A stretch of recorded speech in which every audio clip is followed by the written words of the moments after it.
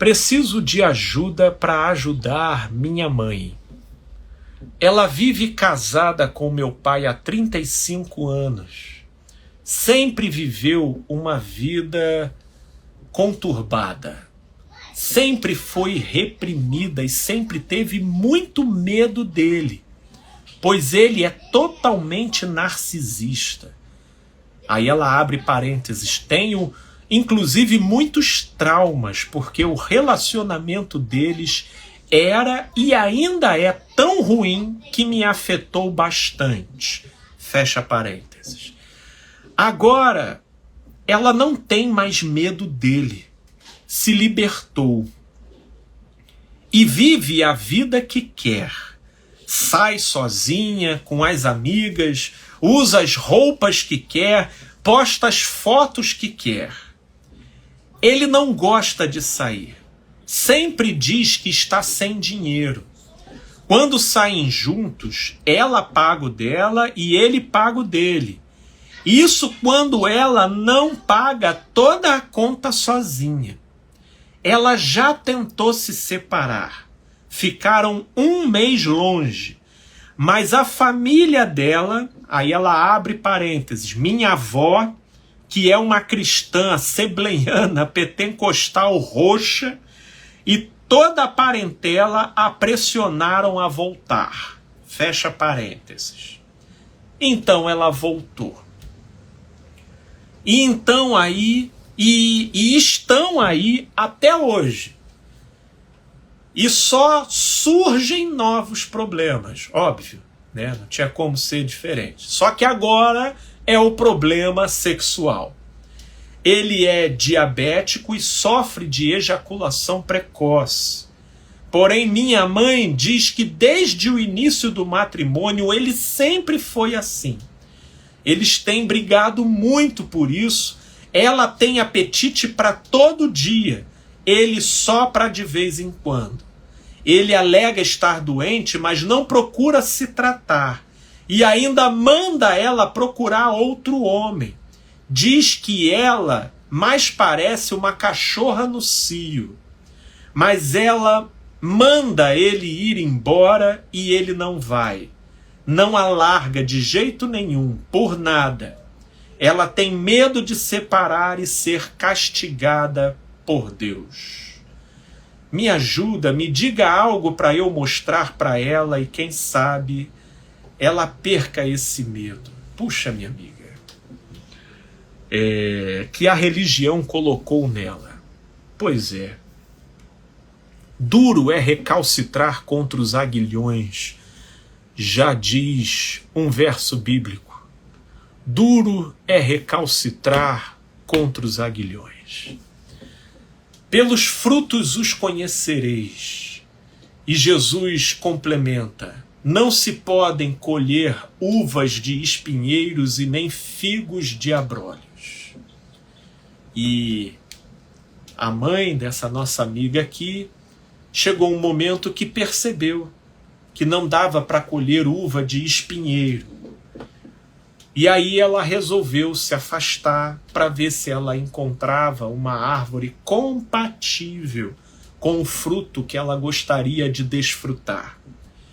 Mas aí os adeptos da religião dos homens, que são aqueles que não estão vivendo a situação, que não estão passando pela coisa, que não são eles que vivenciam a carência, que aturam a falência, que suportam a angústia, que brigam, que se transtornam. Sim, os entes da religião dos homens, em geral, são aqueles que vêm de fora. Nesse caso, é até a própria mãe dela. Sim, olhando de fora, diz: filha, volta para a boca do leão, porque essa é a vontade de Deus. E aí eu fico aqui, principalmente no TikTok, com uma série de pessoas me citando 1 Coríntios capítulo 7. Só que 1 Coríntios no capítulo 7, eles só leem recortes.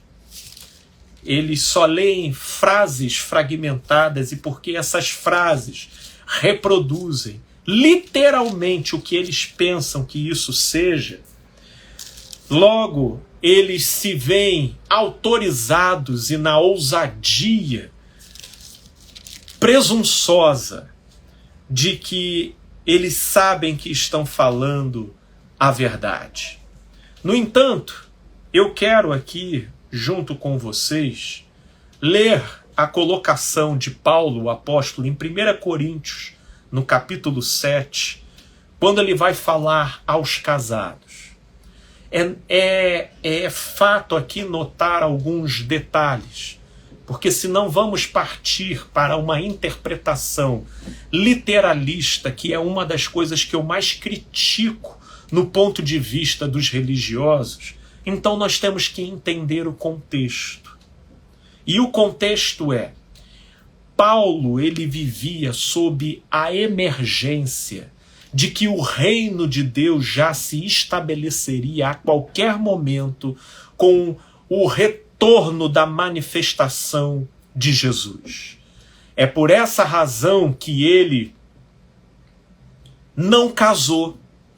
E é por essa razão que ele, inclusive nesse mesmo capítulo aqui, por mais de uma vez, recomenda de que é melhor que as pessoas permaneçam sozinhas, para que elas possam se concentrar apenas, para que elas pudessem se concentrar apenas na iminência do advento glorioso daquilo que Paulo acreditava que já estava para acontecer.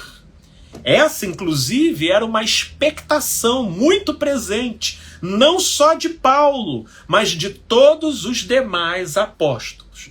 Por isso você percebe na fala deles um senso de emergência. Mas os da religião dos homens sabem disso? Não. Eles só querem saber da descrição literal dos versículos. E é por não entender contextos que eles, presunçosos, porque o texto diz literalmente o que eles estão dizendo, então eles acham que são os detentores do significado daquilo. Tolos, cujo produto final dessa maneira de ler e interpretar é ficar impondo sobre os outros um jugo demasiado pesado para se carregar.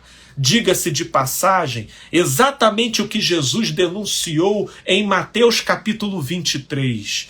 Ai de vós, escribas, que colocam um peso por demais sobrecarregado para os outros carregarem, enquanto vós mesmos nem com um dedinho o tocais, né?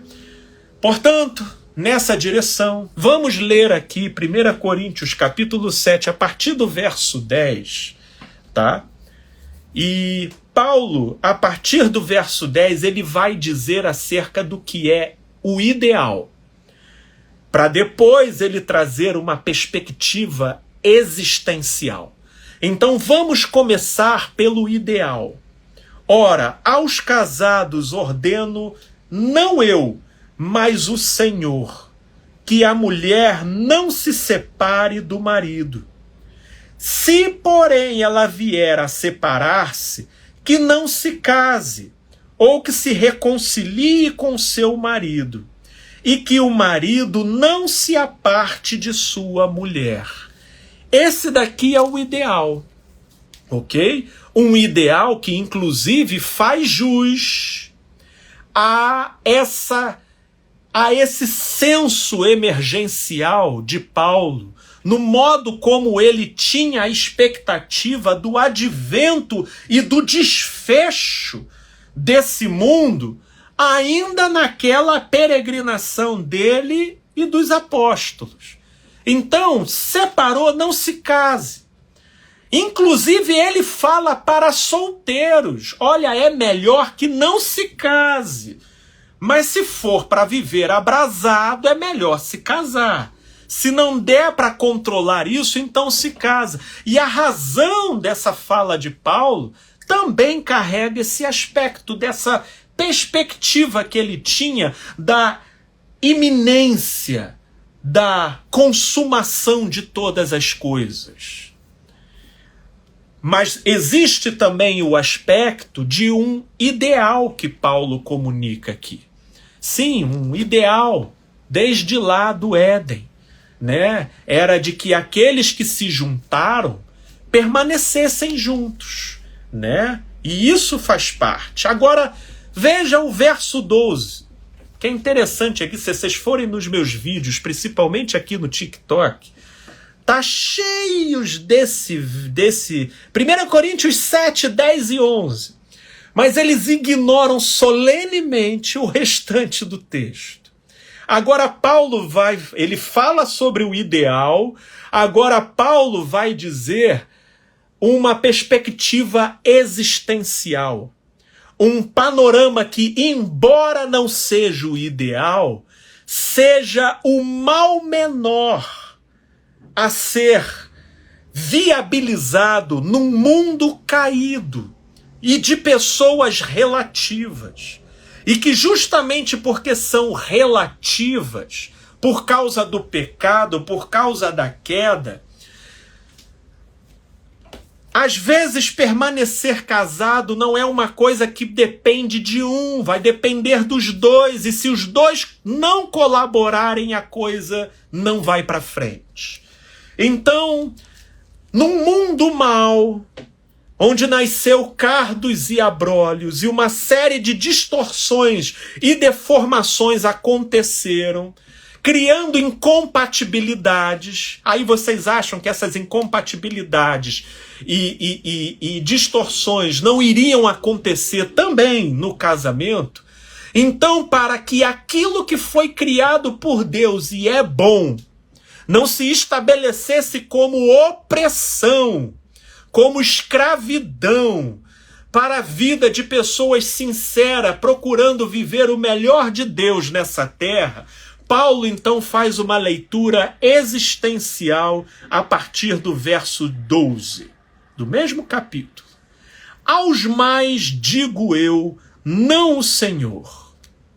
Se algum irmão tem mulher incrédula, e aí aqui incrédula, né? Crente já vai pensar que é aquele que não é evangélico. Porque é assim que eles fazem a tradução. Eles recortam o versículo da hermenêutica da coisa, cometem um estupro interpretativo e interpretam a coisa como se Paulo fosse hoje aqui dos nossos dias, né? Incrédulo é uma pessoa que não crê no benefício do evangelho, nos frutos de vida que Paulo enuncia lá em Gálatas 5, amor, paz, longanimidade, benignidade. Sim, são pessoas que não frutificam nessa direção, não frutificam a compatibilidade mínima para um entrosamento entre o casal. Portanto, se algum irmão tem uma mulher incrédula e esta consente em morar com ele, não abandone, se esforce. E a mulher que tem um marido incrédulo e este consente em viver com ela, não deixe o marido, tente caminhar, né? Se eu for transpor para os dias de hoje, procure uma terapia de casal, vamos tentar alinhar. Pode não ser o fim da trajetória, mas aí Paulo continua. Porque o marido incrédulo, ele é santificado, ele é influenciado no convívio com a esposa gente boa.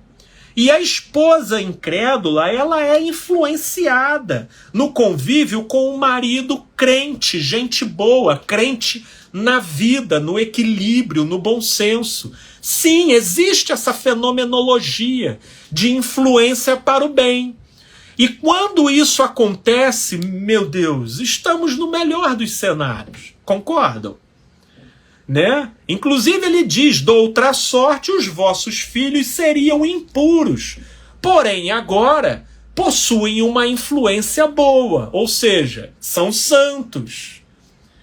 Agora o verso 15, Esse daqui os religiosos nunca citam aqui nos meus nos textos aqui. Eles ignoram solenemente o verso 15. Mas se o descrente quiser apartar-se, que se aparte. Em tais casos, não fica sujeito à servidão, nem o irmão e nem a irmã. Deus vos tem chamado à paz. Vocês conseguem entender isso? Deus vos tem chamado à paz. Logo, o matrimônio não é superior às prerrogativas conquistadas por Cristo Jesus na cruz do Calvário. Não é. O matrimônio, pela via da recomendação de Paulo, é aquilo que cabe esforço, que cabe a gente caminhar mais uma milha. Mas face ao tempo decorrido e os envolvidos só se pioram, só se prejudicam, só se danificam. Meu Deus! Em tais casos não fica sujeito à servidão nem o irmão, nem a irmã. Deus vos tem chamado à paz. Agora fica aqui também mais uma pergunta intrigante de Paulo, no versículo 16. Pois como sabes, ó mulher, se salvarás o teu marido? Porque não fica aí uma porção de crente dizendo, porque você tem que orar, você tem que orar, tem que orar. Aí tá lá, geralmente é o marido, comendo várias aí. E tá lá a mulher, não, ele vai voltar, porque tá a igreja inteira dizendo que ele vai voltar e que eu tenho que orar. E aí, inclusive, estabelecem uma referência moral de superioridade e inferioridade, como se o fato dessa mulher estar orando, suportando o fato de estar sendo corneada, enquanto isso ela está na igreja orando para o sujeito voltar, para quando ele voltar ela está cheirosa e disponível para reatar, que isso traduz o fato de que ela é uma mulher mais espiritualizada. Meu Deus, como eu lido com essas pessoas escangalhadas emocionalmente por causa disso. Porque não tem como isso não triturar e não moer a pessoa por dentro. E eu diria e digo, inclusive, que aí está uma das portas escancaradas por onde o diabo mata, destroça almas, disfarçado do sagrado, do bíblico e do evangélico. Meu Deus, porque é pelos frutos que me vem a certeza e a confiança de estar falando com essa ousadia que eu estou falando para vocês. E é Paulo aqui, no verso 16 do capítulo 7 de 1 Coríntios, é ele que pergunta, pois como sabes, ó mulher, se salvarás o teu marido? Ou como sabes, ó marido, se salvarás a tua mulher? E olha que curioso, Paulo faz essa pergunta, mas no versículo 17, ele já passa para um outro tema, ele não responde. Sabe por quê? Porque essa pergunta não tem resposta. Não tem. Isso é um risco. Inclusive, está aqui uma querida perguntando, boa noite, pastor, e quando só um luta sozinho? Pois é, querida. Isso é um investimento de alto risco. Entende? Você está aí lutando por quê? Lutando por causa da família, lutando por causa dos seus sentimentos, lutando às vezes por causa de filhos, porque essa é uma das coisas que eu ouço com demasiada frequência. Entretanto, todavia, né, você está lutando sozinha. E aí, o religioso, que, como eu disse lá no início, é aquele que olha de fora, é aquele que não está vivenciando a angústia que você está vivenciando, que não está como também você vai estar num demérito espiritual, né? Um demérito espiritual de alguém que não orou o suficiente. Meu Deus, isso é covardia. Isso é covardia. Isso é nazismo espiritual. Você entendeu? Isso é nazismo espiritual. E aí, por exemplo, olha o caso aqui que nós estamos lendo. Eu quero me ater aqui porque essa é uma resposta ao que uma querida me mandou aqui como a questão da mãezinha dela, né? Aí, o apetite sexual dessa senhora já começa a ficar associado como se ela fosse cachorra no cio. Mas tudo o que está acontecendo aqui é um desentrosamento. Um desentrosamento que a própria filha que me mandou a questão já é constatada desde que ela...